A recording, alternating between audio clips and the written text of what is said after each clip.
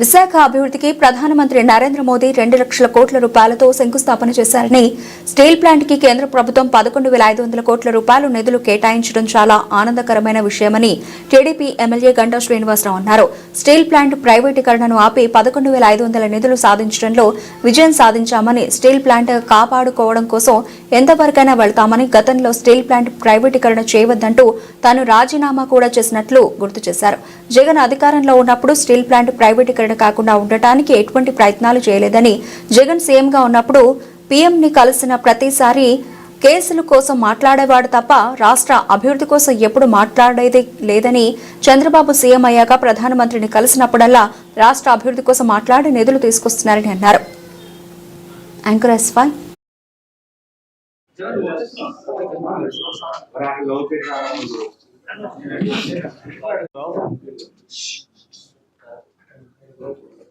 2025 సంవత్సరం నూతన సంవత్సరం ప్రారంభం నుంచి కూడా విశాఖ నగరానికి ప్రత్యేకించి చాలా మంచి శుభవార్తలు వింటూ ఉన్నాం. ప్రత్యేకించి మొన్ననే 8న గౌరవ ప్రధానమంత్రి గారు విశాఖపట్నంలో ఇంజనీరింగ్ కాలేజ్ గ్రౌండ్లో ఒక భారీ బహిరంగ సభ, దాంతోపాటు 2,10,000 కోట్ల రూపాయలు సంబంధించిన పనులకి శంకుస్థాపనలు మన గౌరవ ముఖ్యమంత్రి గారు, అలాగే ఉప ముఖ్యమంత్రి గారు, యువ నాయకులు లోకేష్ బాబు గారి సమక్షంలో ఆ కార్యక్రమం చేసుకోవడం జరిగింది.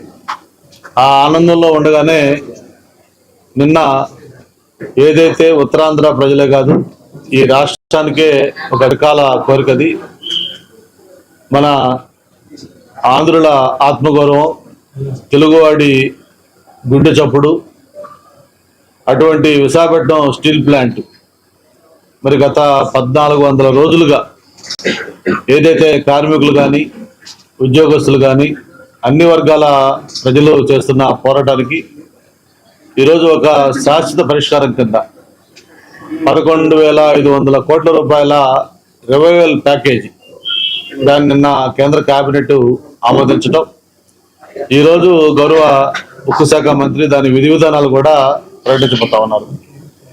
ఈ శుభవార్త మీ అందరితో షేర్ చేసుకోవాలని, అలాగే ప్రత్యేకించి మా కూటమి జనసేన కానీ, బీజేపీ కానీ నాయకులు, కార్యకర్తలు నియోజకవర్గం అంతా కూడా ఒక పండగ వాతావరణంలో సెలబ్రేట్ చేసుకుంటా ఉన్నారు. పెద్ద ఎత్తున మా నాయకులందరూ కూడా ఇక్కడికి వచ్చింది ఏంటంటే ఈ మంచి వార్తని సెలబ్రేట్ చేసుకోవాలి, అందరూ క్రాకర్స్ కాల్చి ఈ ఆనందం పంచుకోవాలని ఉద్దేశంతో ఇక్కడ రావడం జరిగింది. మరి వచ్చిన వాళ్ళందరూ కూడా మనస్ఫూర్తిగా ధన్యవాదాలు తెలియజేసుకుంటూ, ఒక్కసారి విశాఖపట్నం స్టీల్ ప్లాంట్ మనందరం కూడా చూస్తూ ఉన్నాం. విశాఖపట్నం ముఖ చిత్రాన్ని మార్చిన పరిశ్రమ అది. మామూలుగా పరిశ్రమలు అంటే ఏదో కేంద్ర ప్రభుత్వం కానీ, లేకపోతే ఏదైనా కొన్ని పోరాటాల ఫలితంతో, లేదు కొన్ని కోటాలు అంటే పలాని సౌత్లో ఒక ఇండస్ట్రీ పెట్టాలనుకుంటే ఎక్కడ పెట్టాలి ఏంటి, లేదు నార్త్లో పెట్టాలంటే ఎక్కడ పెట్టాలి ఏంటి, ఈ స్టీల్ ఇండస్ట్రీ ఎక్కడ పెడితే, లేకపోతే ఇంకొక పెట్రోలియం ఇంకో చోట పెట్టుకోవాలి, ఇట్లాగా కోటాల కింద ఆ ఇండస్ట్రీలు అలొకేట్ చేస్తూ ఉంటారు. కానీ వీటన్నిటికంటే భిన్నమైన నేపథ్యంలో విశాఖపట్నం స్టీల్ ప్లాంట్ మనకు వచ్చింది.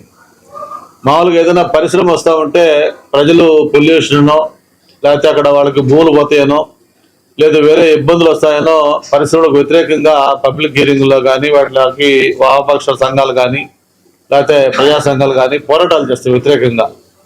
అటువంటి దానికి భిన్నంగా ఈ స్టీల్ ప్లాంట్ మాకు కావాలి అని చెప్పి ప్రజలు పోరాటం చేసిన ఏకైక పరిశ్రమ విశాఖపట్నం స్టీల్ ప్లాంట్.